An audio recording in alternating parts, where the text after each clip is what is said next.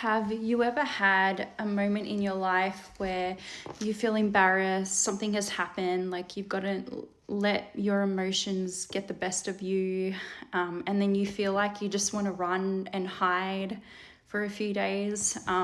So that recently happened to me. An incident happened on Sunday, where, I was really, I guess, ashamed of myself. I let my emotions get the better of me in a moment. And I literally just wanted to run. Like, I, I was so embarrassed and I just wanted to hide. But, the Lord pulled me back in. The last few nights, He's been waking me up at 3 a.m. and I've just been praying. I've been praying to Him, for peace, for forgiveness, just to bring me back to focus again on Him. So, but a good example of this in the Bible is with Jonah. So I'm going to read Jonah chapter 1, verses 1 to 17. So the word of the Lord came to Jonah, son of Amittai. Get up, go to the great city of Nineveh and preach against it, because their evil has come up before me. Jonah got up to flee to Tarshish from the Lord's presence. He went down to Joppa and found a ship going to Tarshish.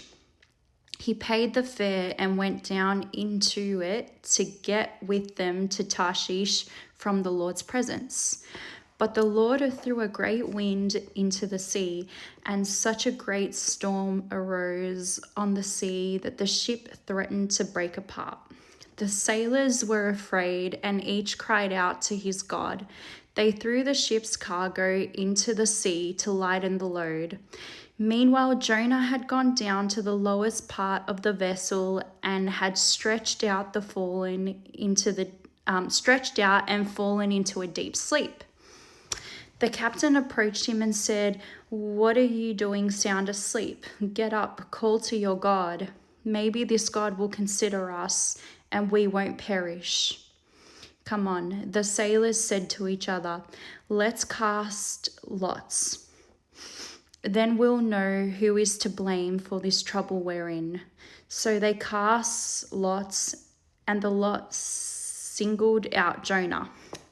Then they said to him, "Tell us who is to blame for this trouble we're in. What is your business and where are you from? What is your country and what people are you from?" He answered them, "I am Hebrew.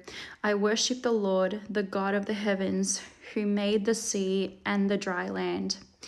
Then the men were seized by a great fear and said to him, "What is this you've done?" The men knew he was fleeing from the Lord's presence because he had told them. So they said to him, "What should we do to you so that the sea will calm down for us?" For the sea was getting worse and worse. He answered them, "Pick me up and throw me into the sea so that it will calm down for you. For now I know that I'm to blame for this great storm that is against you." Nevertheless, the men rowed hard to get back to dry land, but they couldn't because the sea was raging against them more and more. So they called out to the Lord, "Please, Lord, don't let us perish because of this man's life, and don't charge us with innocent blood. For you, Lord, have done just as you pleased." Then they picked up Jonah and threw him into the sea. The sea stopped its raging. The men were seized by great fear of the Lord, and they offered a sacrifice to the Lord and made vows. The Lord appointed a great fish to swallow Jonah, and Jonah was in the belly of the fish for 3 days and 3 nights. So, when God is calling you to do something, He will make it happen. I just think back to my life where, I have escaped from the Lord, where I've done things of my own will. But I always knew in my head that there was always Him calling me back to Him, and I think that it's such an important lesson that if you do feel like the Lord is calling you, eventually one way or another, God will get his way, and you do what he is asking you to do. So yeah, I can only imagine, like, that would have been pretty scary for Jonah, being in the belly of a whale, but it's just one of those things, and I was thinking about as well that I remember from a young age thinking, oh, I think that I will be one of those people who actually see the second coming of the Lord.